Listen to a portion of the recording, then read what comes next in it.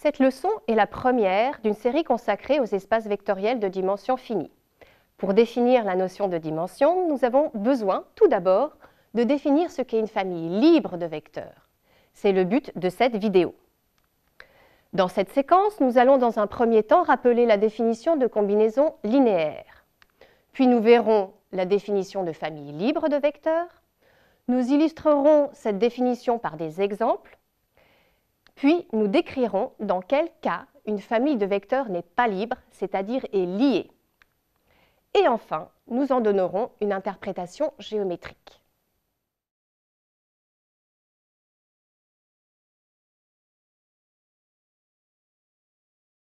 Commençons par rappeler la définition de combinaison linéaire de vecteurs.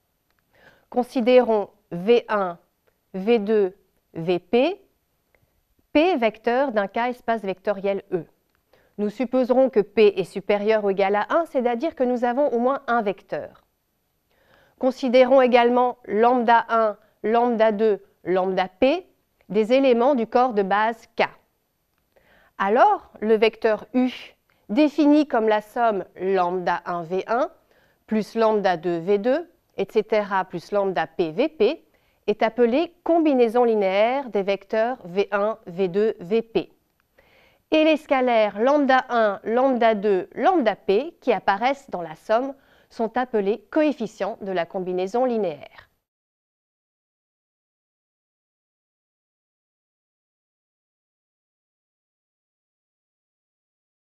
Passons à la définition de famille libre de vecteurs. Une famille V1, V2, Vp de E est appelée une famille libre ou aussi linéairement indépendante si toute combinaison linéaire nulle, lambda 1 V1 plus lambda 2 V2 plus lambda P Vp égale 0, est telle que tous ses coefficients sont nuls, c'est-à-dire lambda 1 égale 0, lambda 2 égale 0, lambda P égale 0. Si la famille V1, V2, Vp de E n'est pas libre, on dit que la famille est liée ou linéairement dépendante. Il existe alors une combinaison linéaire nulle avec au moins un coefficient non nul. Une telle combinaison linéaire s'appelle alors une relation de dépendance linéaire entre les vecteurs.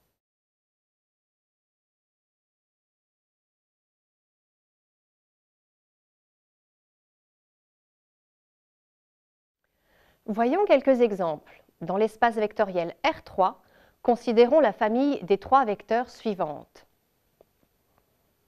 Est-ce une famille libre ou une famille liée? Pour répondre à cette question, on cherche les scalaires lambda 1, lambda 2, lambda 3, tels que lambda 1 fois le premier vecteur, plus lambda 2 fois le deuxième vecteur, plus lambda 3 fois le troisième vecteur, soit égal au vecteur nul. En regardant coordonnée par coordonnée, nous aboutissons au système suivant. Première ligne, deuxième ligne, troisième ligne.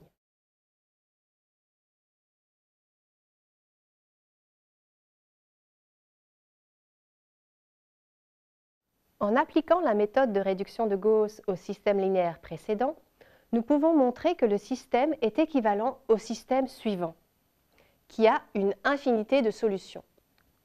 Par exemple, en affectant la valeur 1 à lambda 3, nous en déduisons que lambda 1 égale 2 et lambda 2 égale moins 1, ce qui correspond à la relation linéaire suivante, 2 fois le premier vecteur, moins 1 fois le deuxième vecteur, plus 1 fois le troisième vecteur est égal au vecteur nul.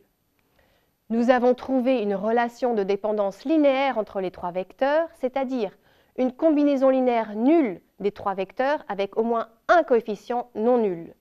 Nous pouvons en conclure que la famille est liée.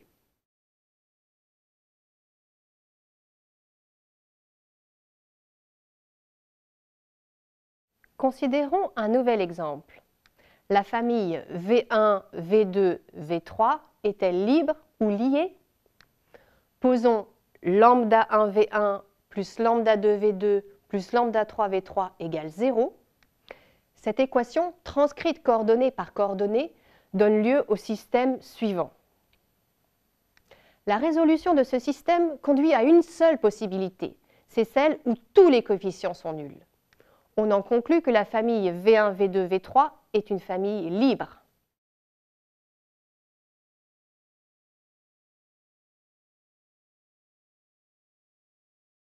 Changeons à présent de décor et considérons le R espace vectoriel des polynômes à coefficients réels, notés R de x, soit P1, P2, P3, les trois polynômes suivants. Nous pouvons montrer que la relation de dépendance linéaire suivante existe entre ces trois polynômes. La famille P1, P2, P3 est donc liée.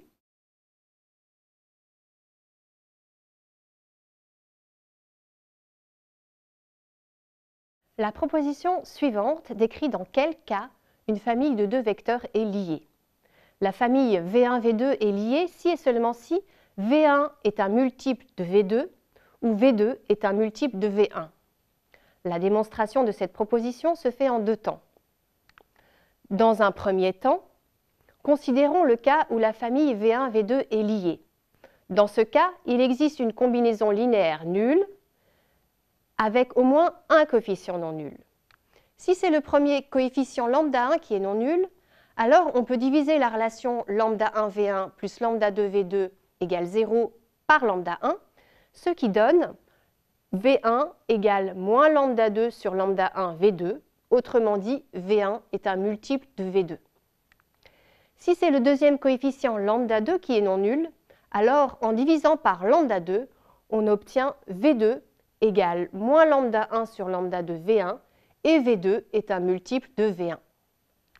Réciproquement, si V1 est un multiple de V2, alors il existe un mu tel que V1 égale mu V2.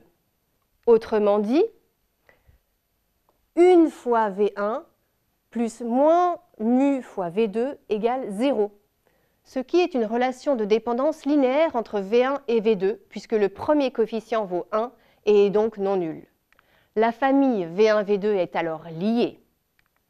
On arrive à la même conclusion si c'est V2 qui est un multiple de V1.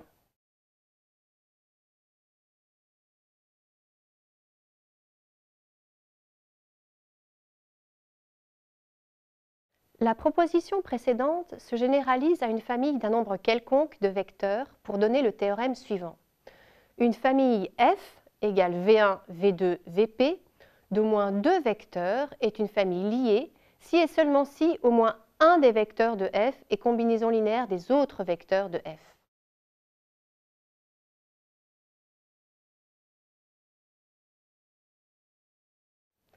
Dans R2 ou R3, deux vecteurs sont linéairement dépendants si et seulement si ils sont colinéaires. Ils sont donc sur une même droite vectorielle.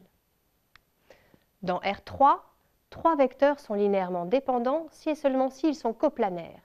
Ils sont donc dans un même plan vectoriel. Terminons en nous plaçant dans l'espace vectoriel Rn. Que peut-on dire lorsqu'on a fixé P vecteurs?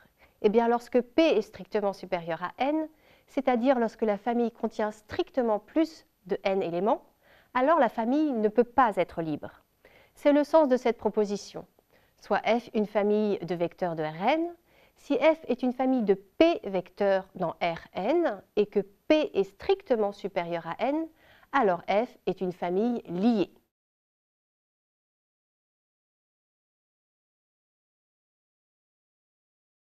Entraînez-vous à faire ces exercices pour vérifier que vous avez bien compris le cours.